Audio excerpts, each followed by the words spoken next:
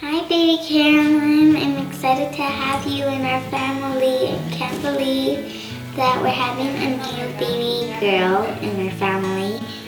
So I really am excited for you to come. I can't believe it. I'm so excited. If there's one thing that I could tell you, if you were to look back at this 15, 20 years from now, is I just want you to know that your dad and I, we love you so much. We don't even know you yet, but we love you so much. And we loved you from the second that we saw those two little stripes on her tests. We loved you from the moment that we saw you on her ultrasound and you were nothing but a little tiny dot. And every day since then, we just loved you even more and more every single day. And no matter what you do, no matter where you go in life, just know that we will always be there for you and we'll support you in everything that you do. And yeah, I love you so much. Okay. Hey guys, welcome back to my channel. So as you guys probably already read from the title, today's video is gonna be probably one of the hardest videos that I'm ever gonna have to make. And I hope it's the hardest video I ever have to make. But today I just wanted to tell you guys, I basically just wanted to tell you guys my story. I know I've been gone from YouTube for a really long time and I've been kind of on and off and uploading really sporadically without a set schedule, without really fully diving back into making videos. And really the biggest reason why is because of this, because of what I'm about to tell you guys in this video. I feel like I'm in a much better place now with my postpartum depression, and for those of you guys that are following me on Instagram, you guys know how open I've been about my depression on there. And although I've mentioned it a few times on camera, I've never really talked to you guys about really my depression and how that came about. And I think that this story is going to give you guys a lot of insight. And I really struggled with whether or not I was gonna open up about this because it's just a really personal, very vulnerable subject for myself and my husband. And I struggled with whether I wanted people to know about what we went through and about what our daughter has. Talking about what I went through with my therapist, I feel has given me a lot of strength to really be open about what we've been through. But really, I think when we were going through this, my husband and I, we felt alone. Like nobody understood what we were going through. Like there was nobody out there going through the same exact thing that we were going through or something similar. And I'm almost 100% positive that that's not the case, that there are other people that are going through the same thing or something really similar. And so I felt that because I'm in a better place now, I hope that this story can help bring some comfort to someone out there so that they can feel like they're not alone. I think that my biggest thing with this video is that I don't want people's pity. I don't want anyone to feel pity for me and to feel sorry for me. This is something that has truly changed my life, and although it's really hard sometimes, I think it's changed my life for the better. I guess in order to tell you guys how we found out about her birth defect, I think we have to start from the beginning, from my pregnancy. My husband and I, we had always wanted a huge family because we were basically the only child in our family. We were both raised by single mothers, and although my husband does have siblings on his father's side, he pretty much grew up with his mom as an only child, and so did I until my little sister came along at the age of 16 when I was 16. So we always wanted a huge family because that's something that we personally didn't have growing up. And so when we found out we were pregnant, we were so beyond the moon excited. We just were completely happy, and we were just so ready to get our life started and our family started. We're pregnant.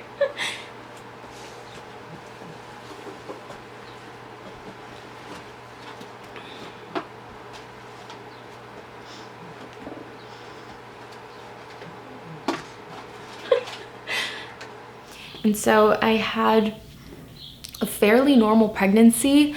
I'd say I had very little to almost no nausea. Like it was very little, very slight nausea. So after our first trimester ended, we went in for our 20-week appointment. And this one was really exciting for us because we were actually gonna go and find out the gender of our baby. And at this point we were almost completely positive that we were going to be having a boy. In fact, we really were hoping for a boy because I personally grew up with my mom, my sister, and myself, so a whole lot of estrogen in the house, and then of course there was my husband.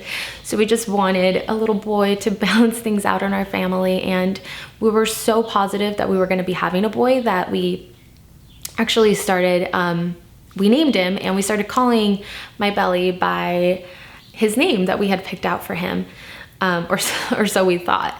But our 20-week appointment was not with my regular OB/GYN, and it wasn't at his office or anything like that. It was actually done at another kind of section or building of the hospital where I was going to be delivering at. So I was definitely very anxious, but very excited to find out the gender of our baby.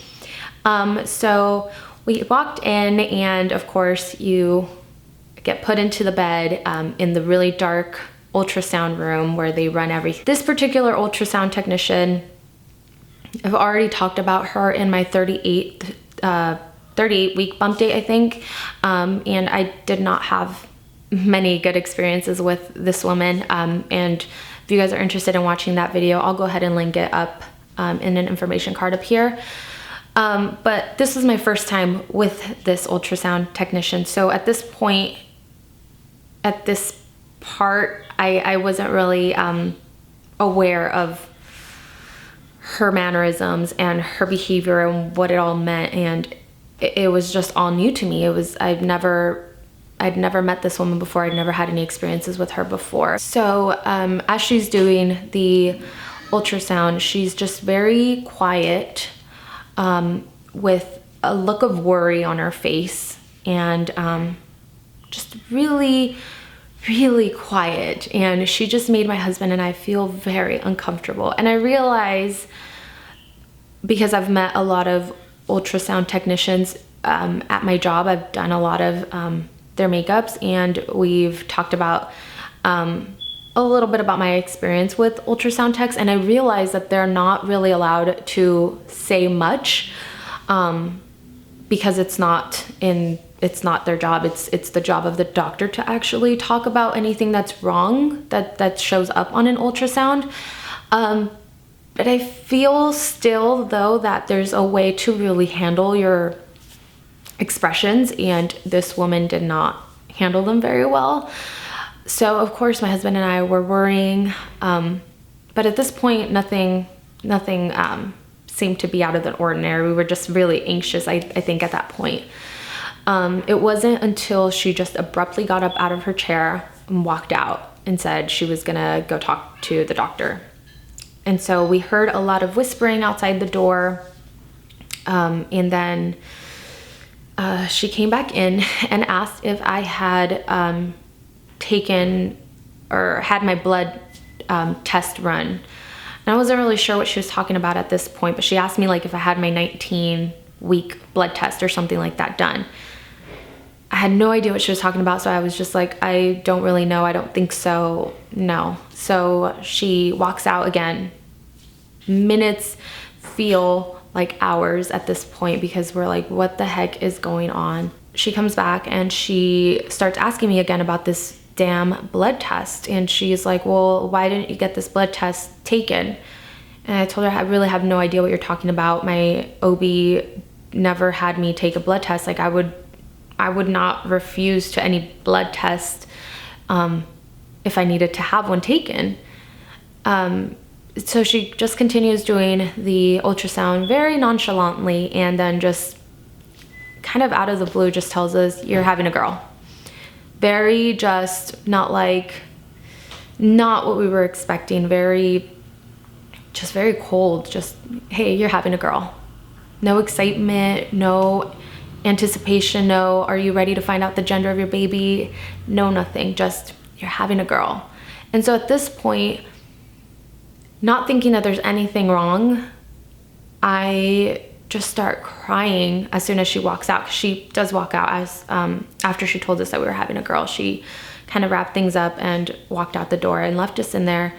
And I looked at my husband and I just looked at him with really, really sad eyes, because I was just like, I really wanted a boy. At that point, I was having what you call gender disappointment, which of course later I would feel really, really stupid about, because the gender of my baby was the least of my concerns after that point. But she then comes in after a while. I'm still kind of emotional because here I am having gender disappointment, but also feeling really scared. Like, what is going on? What are they talking about with this test? My husband and I were talking to each other, just trying to be hopeful. Like, it's gonna be fine. Nothing's wrong. You know how these things go. You know how these ultrasound techs are. It's gonna be fine. Nothing's wrong. Our baby's okay. So the ultrasound tech comes in with the doctor, and the doctor starts doing an ultrasound herself. And she was completely different. A really sweet woman, made me feel really comfortable. She was really poised. So she told us that she had found things on the ultrasound that were concerning to her. And she basically said,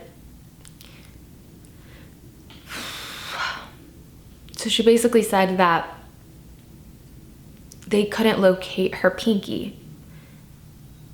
And so in my mind, as I'm laying down on this bed, I'm just thinking to myself, okay, she's gonna be born without a finger.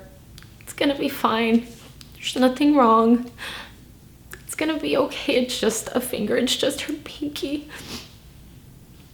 And then she told us that they also found that she had extra fluid in the ventricles in her brain, and that was something called hydrocephalus.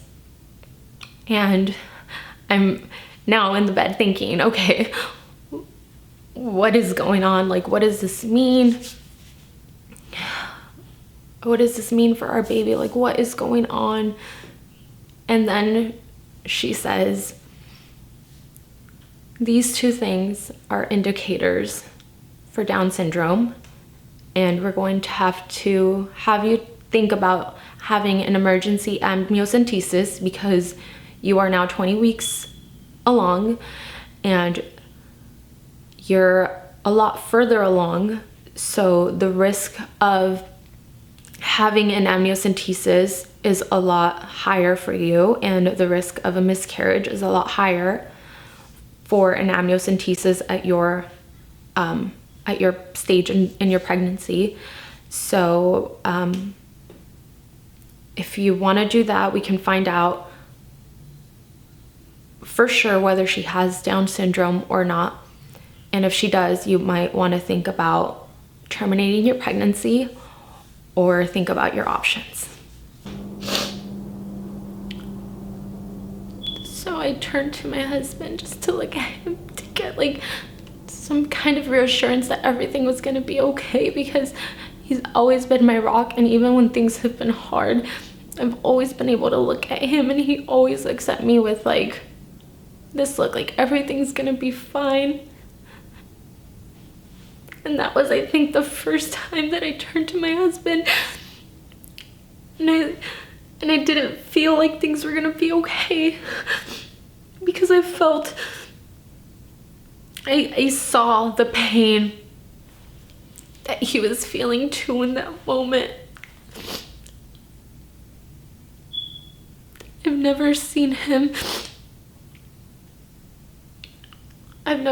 that kind of pain and sadness in his eyes, and so I knew at that point that maybe things were gonna be okay. So after that, the doctor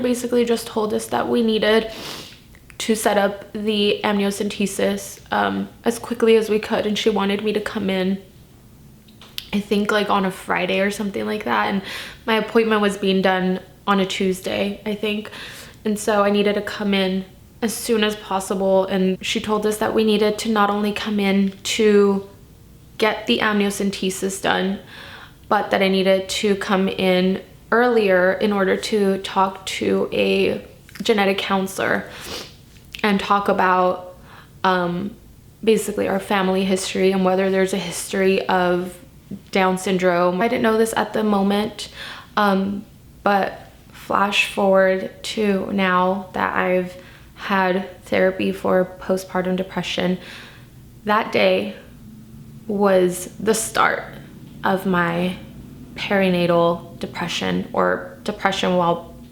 being pregnant. At that point, I was just not ever the same during my pregnancy. I would never be the person that I was before that, and the symptoms of depression would start to come up. I just didn't know it at the time. Before I left that appointment that day, my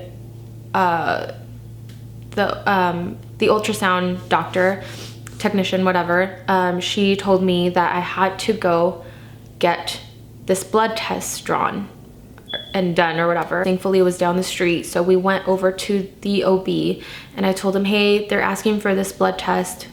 Can I get this done? And she tells me, the lady at the front desk, she tells me, well, you opted out not to not have it.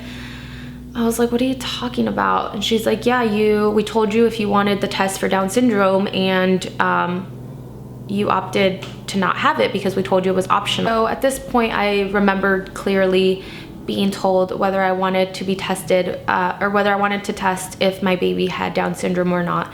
And for me, I've always known the test for Down syndrome was always the amniocentesis, which was what I was about to get. That big old needle that was risky for your baby and for you, and carried the possibility of a miscarriage. So of course, when they told me that and didn't explain that it was gonna be just a blood test, I said, no, I don't want it. So I was just kind of like taken aback. Like, I wish they would have explained this to me a lot quicker, because this blood test would have given them basically like a percentage, like a 1 in a 100,000 or 200,000 possibility that my baby would have Down syndrome or not. And so had I had this done, and had they had this information while I was getting my ultrasound test, then they would have had a better indication of whether or not she would, and whether the probability of her having Down syndrome was likely or not likely. So I end up getting the blood test drawn, and we come home, and then come Friday, we go back to the hospital to get the amniocentesis done. So I ended up going with my husband and my mom as my support system, and we go in with the genetic counselor, and she starts asking us about our family history. So the problem with that was I don't have a father. I've never known my father, so I have always had half of my family history missing because I just don't know this person. I don't know what his family history is and what his medical history is. I just know absolutely nothing about this person, nor do I care to know about this person. But when it came to this part, I just felt so angry that I didn't have half of that. And I felt like maybe that's where this was going on because of me. So she asks again about this damn blood test, and we told her I had done it that day that I had my appointment, and she calls the office because she was trying to see if they had the results in yet. And thankfully she did. She gave us a percentage, like a 1 in a whatever, and it looked like it was very unlikely that she was going to have Down syndrome, but she still suggested that I have the amniocentesis done. I was very like adamant beforehand that I didn't want to have this kind of test, and that if my baby had Down syndrome or not, I was gonna love her no matter what. And I was no way in hell going to be terminating my pregnancy. I also felt like I wanted to give my husband and my mother some kind of closure and give ourselves at least like a heads up and like a way to just kind of deal and prepare should she be born with Down syndrome. So she walks us into the room and they explain how everything's gonna go. They had this long needle that they were gonna put through my abdominal wall into my uterus and into the amniotic fluid, which they were gonna then draw out with that needle. And they were gonna do this as they were doing an ultrasound so that they made sure that they did not hit or puncture or hurt the baby at all. So once she drew out the fluid, they told me they were gonna send that in to the lab and they would have our results and it would be definitive of whether or not she was going to have Down syndrome or not. I was at work one day and I get the phone call that I'd been waiting for, and I get told that my results had come in, and she told me that she was absolutely not going to have Down syndrome. And I just felt my heart just sink because I just felt relieved. I just felt like finally things could just get back to normal. She then told me that they didn't know why she had the extra fluid in her brain. They wanted to do an extra test on the amniotic fluid that they had drawn because they wanted to see if I had maybe, for whatever reason, had been exposed to the Zika virus, because that can cause hydrocephalus in fetuses. And so they wanted to do another test. After that, it was kind of normal. We would go into our appointments with the same ultrasound technician at the hospital wing. And every time we went in, it was, she still has hydrocephalus. It's not as bad. And then we'd go in again and then it'd be like, she still has hydrocephalus. She still has that fluid in her brain. It hasn't gone down, but it hasn't gone up. So that's good. And then one of our last appointments we went into, it was, I think when I did the bump date, we were told she still had hydrocephalus, but it had gone down on one side of her brain. I can't remember if it was the left or the right. But one side had gone down a little bit, but the other side still was above normal. And so they seemed to be really concerned about this. So I kept asking, like, what does this mean? What does this mean for my baby? If my baby is born with hydrocephalus and this does not go away, what does this mean? What is going to happen with her development? What is this going to mean for her when she's growing up? What are you guys going to do to correct it? Like, what happens? Like, what does it mean when a baby has hydrocephalus? I just had no idea. And I never, to this day, I could not tell you what it means for a baby to have hydrocephalus, because nobody told us, nobody ever told us what it was going to mean for our baby. We were also told that our baby was breech from pretty much like 29 weeks. She was breech, but this last appointment was obviously my last, and so I was getting closer to my due date. So she told me to start getting used to the idea that I might be having to schedule a C-section for it. And we were also told, of course, that I had very low amniotic fluid, which was potentially dangerous for the baby, because the amniotic fluid is what basically protects a baby inside your womb. I went into my OB's office, he looked at the chart, and he was immediately concerned, and he wanted to make sure that my amniotic, or that my water hadn't broken, and that was the reason why my fluid was really low.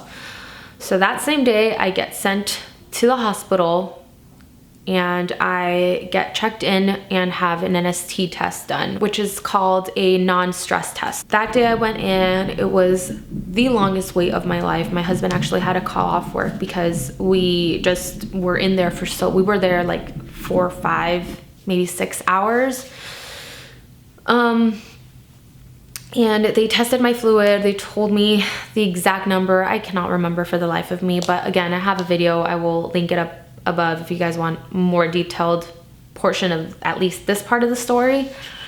And then I get my cervix checked and make sure that my water hadn't broken, that I wasn't dilated, and that the baby wasn't coming like a month early.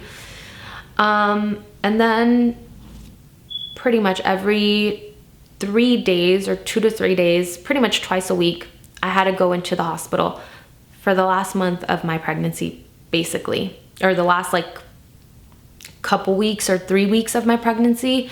I had to go in every 2 to 3 days to get this non-stress test to make sure that everything was okay, check that my fluids were okay, and that the baby's heart rate was okay, and that everything just was fine. This whole thing with the hydrocephalus that our baby had, we were told the last appointment that we were gonna have to wait until she was born for her to have an ultrasound done when she was already out of my belly. And then they would check again and check to see whether she had hydrocephalus or not. The day of my delivery came, and again, it was a scheduled C-section. So the only thing that we were ever preparing for, and that we were ever stressed about and worried and anxious about, was just the fact that she had this extra fluid in her brain. So I get wheeled into the OR alone.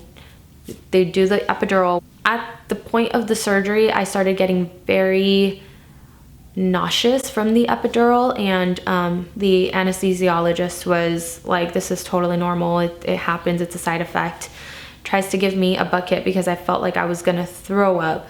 Once my baby was out, it felt like forever for them to clean her up, and then this was when I was starting to get really nauseous. So when the nurse brought her over, when she was all cleaned up, I was so happy to hold her, but I was so nauseous that the nurse was just like, I'm gonna take her away, and I'm gonna take her husband away. And I just felt so alone in the room, just like I couldn't control myself and my nauseousness in order to be able to hold my baby.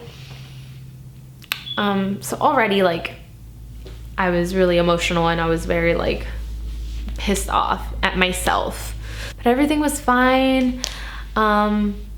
We started taking pictures, and I posted a picture of myself holding my baby's hand on Instagram as kind of like the announcement that she was here.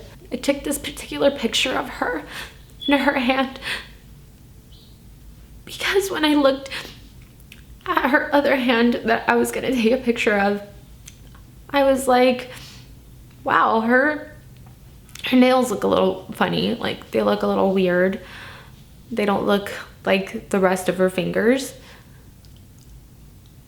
So I'm just gonna take a picture of this hand because it looks better.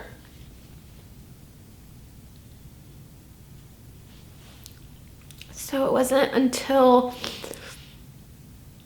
probably the night before I was gonna be discharged. So I went in Monday. This was Wednesday night.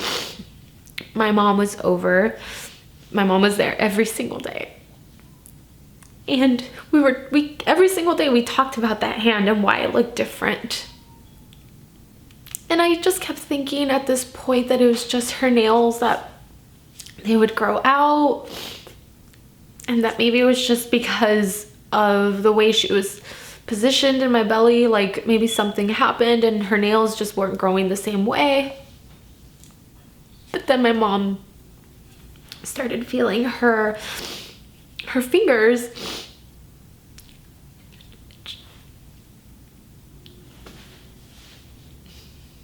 and she said, baby, like, it doesn't feel like she has any bones there.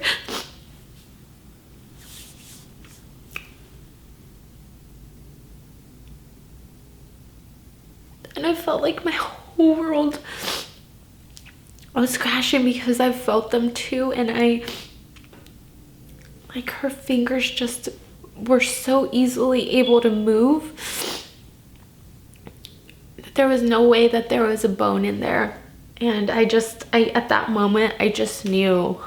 I knew beyond a doubt that no matter like what they did, what they tested, there was no way she was gonna have a bone in there.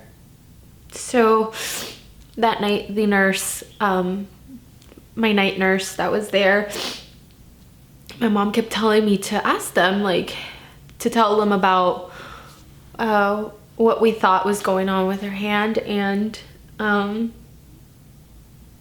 told the nurse, and she was just kind of doing her own exam, and she just so like nonchalantly said, yeah, she probably just has a congenital defect. And at this point, I just felt like I'd gone through so much with thinking she was gonna have Down syndrome, and then she doesn't. Finding out she has hydrocephalus, and then every single appointment finding out that it's not going away, and I have to wait until she's born to see if she still has it or not. Never preparing for her to have anything else wrong with her, and then having this nurse say, yeah, she probably has a congenital birth defect. I just felt like so angry.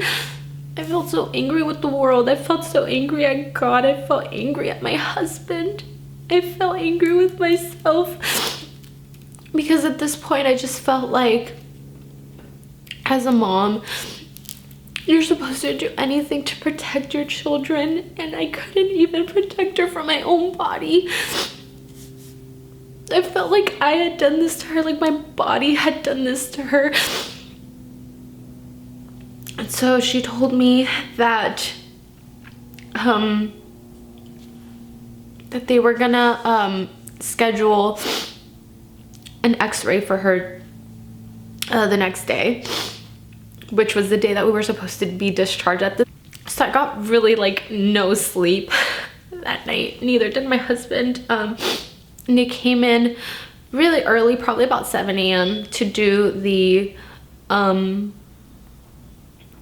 ultrasound on her head, which, if you've ever seen a little tiny baby trying to be handled in order to do this ultrasound on their head and have the jelly on their head, it's heartbreaking because they're so little and you feel like they're so innocent and they don't deserve anything like this. And it just was hard to see that, and not being able to get up out of my bed because I just had this surgery. I just felt like I couldn't do anything, like I couldn't be there. I couldn't even get out of my bed. I love you.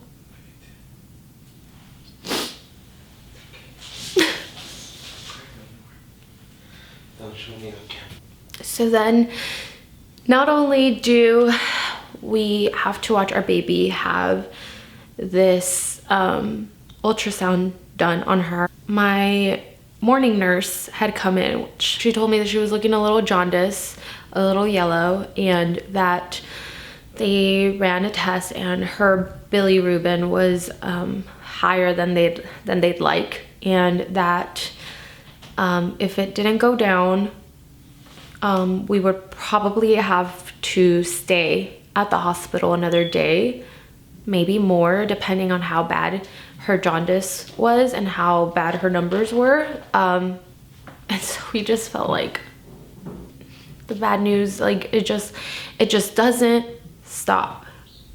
I just felt like I couldn't take any more. So then she told me that it was going to be up to the doctor to examine her and to see whether or not we were going to be staying at the hospital longer or not. And then later that afternoon, the technicians come in to do her x-ray for her hand, and they had to have my husband put on the x-ray like chest kind of thing to block him from the x-ray, and they weren't even really sure how they were gonna have my baby stay still for this kind of test and how they were gonna be able to get those pictures clear. So they basically just had my husband stand with the baby. We were able to see the pictures right away, like they saw them immediately as soon as they took them, and I couldn't get up out of the bed, and I wanted to so bad, but I couldn't.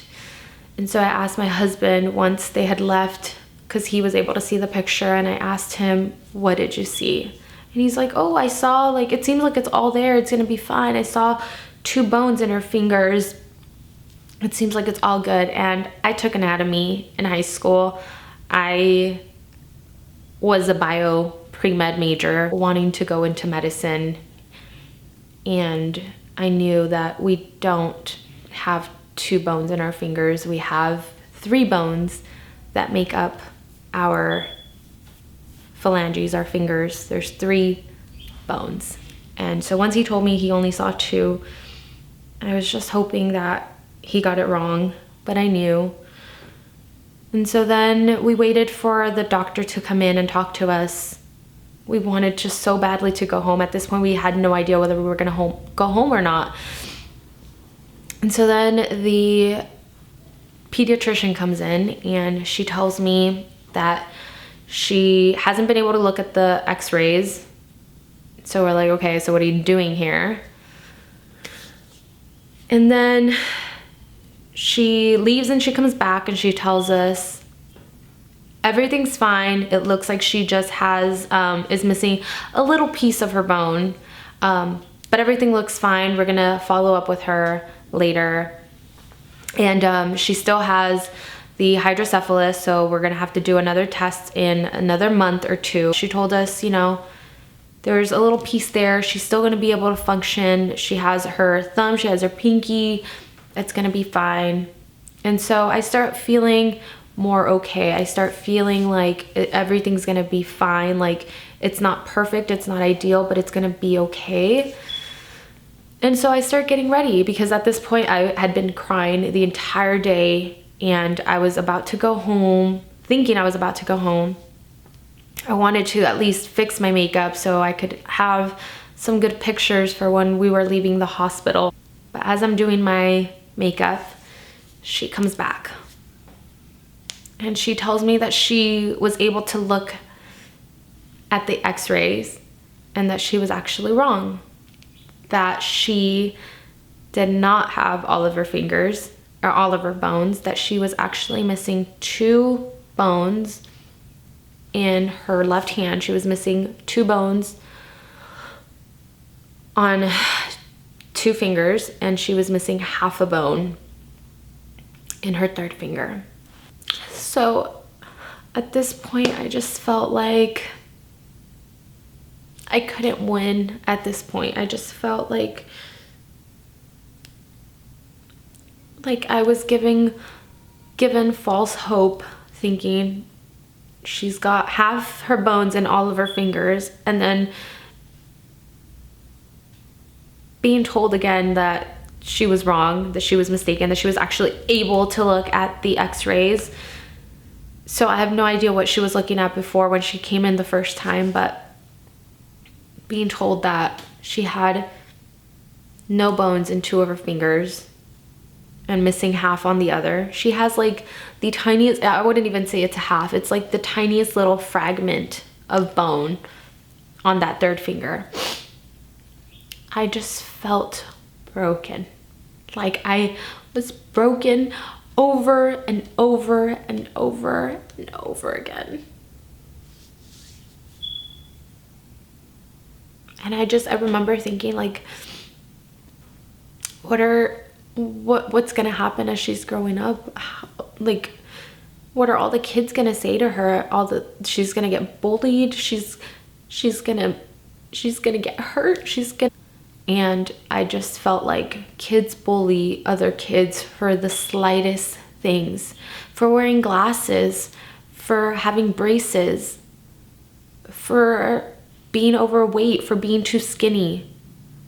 And now here was my baby that had a physical birth defect, something that was physically different from her, not something that she could change. And I just felt like, what am I gonna do? How am I gonna help her?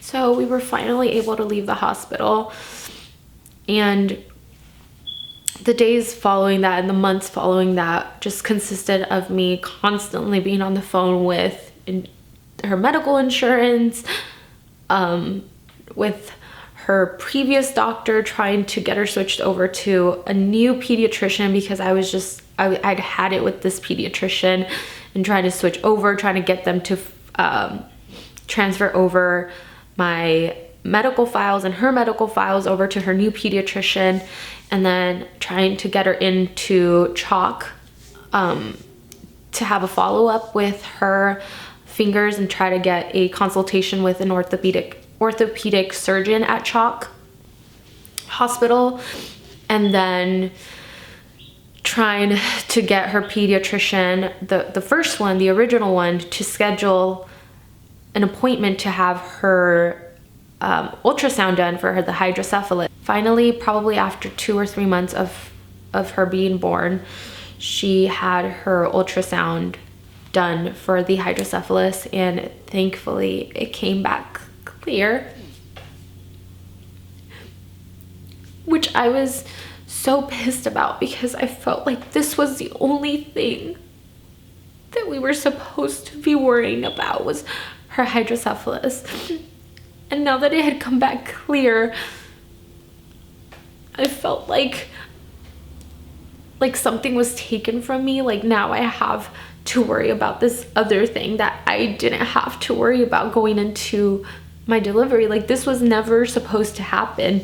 Like our story should have ended at her last ultrasound coming back clear, but that wasn't the case. So we scheduled an appointment with CHOC, with the orthopedic surgeon. We went in and he looked at her x-rays and did a very basic like physical test on her, felt her fingers, felt her hand. We were told that this was potentially caused by ABS, or amniotic band syndrome, I think, something like that, where basically your amniotic fluid creates these bands that unfortunately get caught around a baby.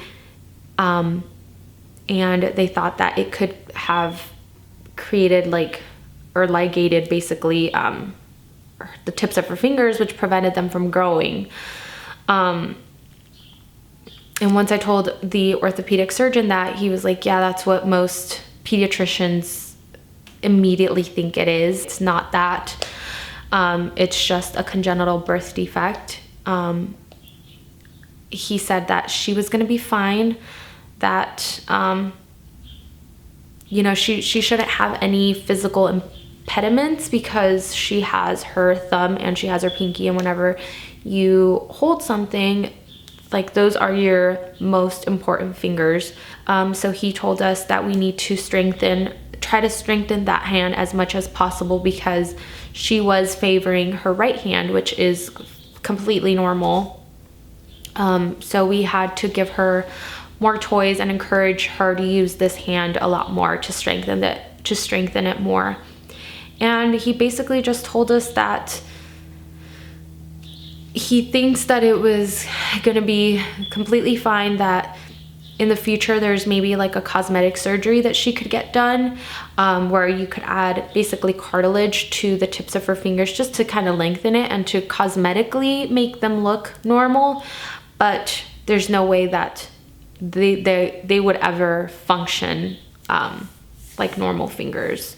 They would just basically do it to make it appear as though they're normal.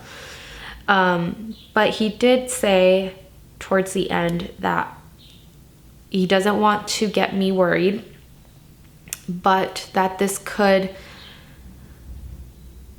potentially have implications on like her brain, and that on rare occasions there could be something. I don't remember exactly what he said because again, this was almost a year ago. But basically he said that maybe on rare occasions this could be caused by something that's wrong in her brain that could have led to this. And so that's where we're at right now. What she has is like a 1 in a million type of thing. Missing the tips of her fingers and those bones, and only having a fragment of bone in one finger is such a rare thing, because a lot of babies are born without fingers, like complete fingers, or missing out with complete like limbs. So for her to have had that, it's very rare. And so at this point, we still don't really have answers as to what's going to happen when she's older. I will say though that she does favor her right hand still a lot more than she does her left hand. And